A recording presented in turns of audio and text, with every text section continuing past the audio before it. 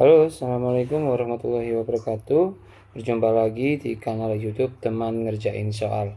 Di dalam video ini saya akan berbagi contoh-contoh soal Smart Personality Test Magang Bakti BCA. Jadi teman-teman, disclaimer dulu bahwa ini bukan soal asli ya. Ini hanya sebagai gambaran gitu.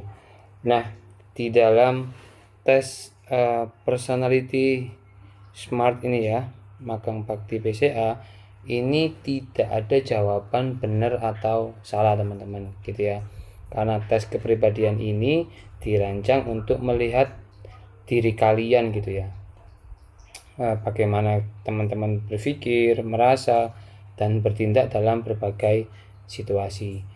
Nah, saya di sini hanya memberikan tips saja gitu ya, untuk bisa melewati Smart Personality Test ini dengan setidaknya dengan gambaran yang baik gitu. Jadi yang pertama adalah teman-teman harus jujur gitu ya. Teman-teman harus jujur. Jujur pada siapa? Apa ya, pada diri sendiri gitu ya. Kenapa? Karena itu adalah tips yang paling krusial.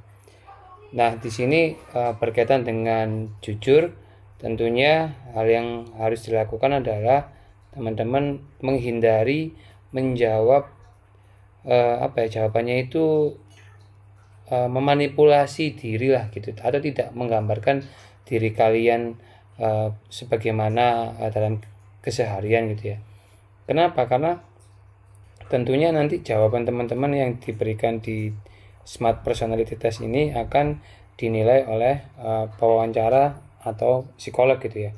Tentunya mereka punya caranya sendiri untuk bisa mendeteksi jawaban-jawaban yang terkesan dipaksakan gitu, atau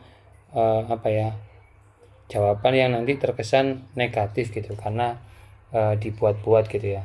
Terus yang berikutnya adalah kalian harus konsisten gitu teman-teman. Kenapa konsisten? Karena tadi kan kuncinya adalah jujur gitu ya. Dengan kalian jujur dan kalian konsisten sepanjang tes ini, maka kalian bisa setidaknya itu merefleksikan diri kalian dengan sebenarnya gitu. Kemudian konteks yang kedua adalah yakni kalian harus bisa memahami konteks pekerjaan yang sedang kalian lamar gitu ya. Karena di sini adalah Bank BCA, jadi industri perbankan, tentunya seringkali ya yang saya tahu itu akan mencari individu yang teliti, berorientasi pada detail, tanggung jawab, bisa bekerja under pressure gitu ya, di bawah tekanan, terus juga punya integritas yang tinggi. Dan satu hal yang tidak boleh dilewatkan adalah selalu berorientasi pada pelayanan pelanggan. Itu yang pertama ya. Jadi kalian harus tahu perusahaan yang sedang kalian lamar. Kemudian selanjutnya di posisi yang kalian lamar gitu ya. Jika posisinya berkaitan langsung sama nasabah seperti customer service atau teller, tentunya karakter-karakter yang dicari itu seperti punya rasa empati yang besar gitu ya, punya komunikasi yang baik, dan juga tentunya penuh dengan kesabaran. Kenapa? Karena yang namanya nasabah itu kan berbagai macam sikap, berbagai macam respon dan tingkah lakunya, tentunya perlu yang namanya kesabaran gitu ya. Terus berikutnya adalah tipsnya, kalian harus bisa menjawab secara cepat ya teman-teman ya. Cepat dan spontan gitu. Jangan terlalu lama di setiap pertanyaan, karena kan opsi pilihannya juga hanya setuju gitu ya. Setuju, tidak tahu, atau tidak setuju gitu teman-teman. Jadi yang cepat aja gitu ya, tidak perlu terlalu lama gitu. Terus juga tadi kan saya di awal juga mengatakan harus konsisten ya. Artinya teman-teman nanti harus setidaknya itu memperhatikan antara satu soal dengan soal yang lainnya, itu nanti akan mirip-mirip lah gitu ya. Karena itu salah satu cara untuk melihat gitu ya. Melihat apakah kalian konsisten apa enggak nih di sepanjang tes ini gitu ya. Karena nanti akan ada beberapa soal yang akan dibuat mirip-mirip lah gitu ya.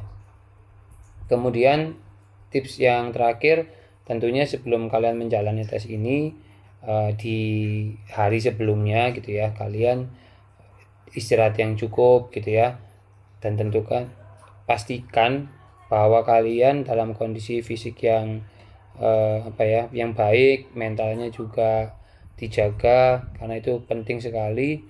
Dengan pikiran yang jernih, insya Allah kalian akan bisa fokus gitu ya dalam memberikan jawaban yang jujur tanpa bingung gitu. Oke teman-teman, itu tadi adalah beberapa tips yang bisa saya berikan, dan ini adalah beberapa contoh soalnya. Seperti nomor 1 gitu ya, saya nyaman bekerja di lingkungan yang serba cepat dan menuntut gitu. Nah ini kalau misalkan kalian merasa bahwa cocok dengan pilihan ini, kalian bisa melingkarinya gitu ya. Kemudian saya berusaha menemukan solusi kreatif untuk masalah yang kompleks. Boleh. Saya merasa lebih produktif ketika bekerja secara mandiri daripada dalam tim. Tidak setuju ya kalau saya ya, karena saya orangnya lebih suka kerja itu secara tim gitu ya, karena pasti hasilnya akan jauh lebih baik gitu ya. Saya mudah beradaptasi dengan perubahan prosedur atau sistem kerja. Ya ini berarti kalian diukur adaptasinya gitu ya. Kemudian saya selalu memastikan setiap detail pekerjaan saya akurat dan sempurna. Ini seperti yang saya katakan tadi, dibutuhkan ketelitian di bidang perbankan ya, berkaitan sama uang soalnya. Saya memiliki kesabaran tinggi dalam menghadapi keluhan pelanggan. Oke, ya. Kemudian saya proaktif dalam mencari tahu informasi baru yang relevan dan pekerjaan. Nah, ini menunjukkan bahwa kalian adalah orang yang selalu senantiasa memperbaiki atau mengupgrade skill kalian gitu ya. Oke. Nah, nomor 8, saya merasa stres jika bekerja di bawah tekanan waktu yang ketat. Nah, ini tadi kan mirip-mirip ya teman-teman ya. Di pertanyaan nomor 1 sampai nomor 7 tadi kan ada yang mengatakan bisa bekerja di bawah tekanan gitu. Sedangkan di sini sebenarnya mirip ini ya. Mirip, jadi kita harus jawabnya tidak setuju gitu ya. Gitu. Karena biar konsisten gitu. Saya selalu bersedia membantu rekan kerja meskipun itu bukan tugas saya. Boleh ya, jadi nanti kan bekerja sama. Saya mampu menjelaskan informasi yang kompleks kepada orang lain dengan cara yang mudah dipahami. Nah, ini juga kalau teller yang dilamar pasti ini penting gitu ya. Kepribadian ini penting. Saya merasa tidak nyaman saat harus berinteraksi dengan banyak orang asing. Wah, ini kalau menunjukkan introvert ini tidak cocok untuk teller gitu ya, atau customer service. Saya mengambil inisiatif untuk memperbaiki kesalahan meskipun bukan saya yang melakukan.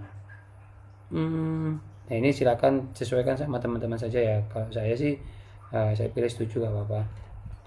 Saya menganggap kritik sebagai peluang untuk belajar dan berkembang. Iya ya. Oke.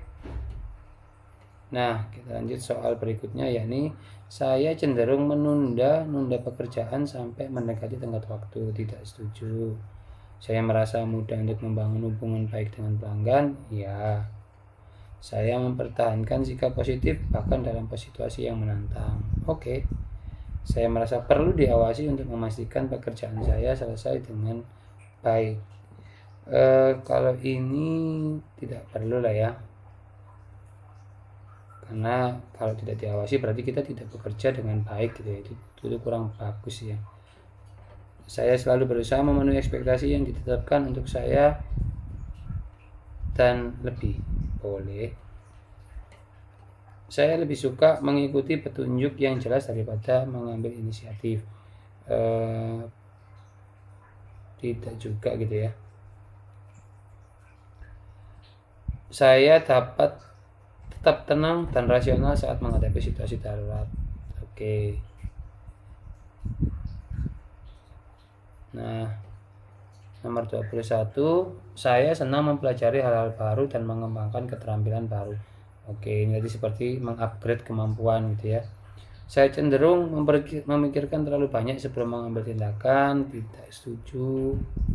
Saya merasa nyaman dalam memimpin sebuah proyek ada tim. Dan ini diukur leadership kalian gitu ya dalam memimpin sebuah tim. Setuju.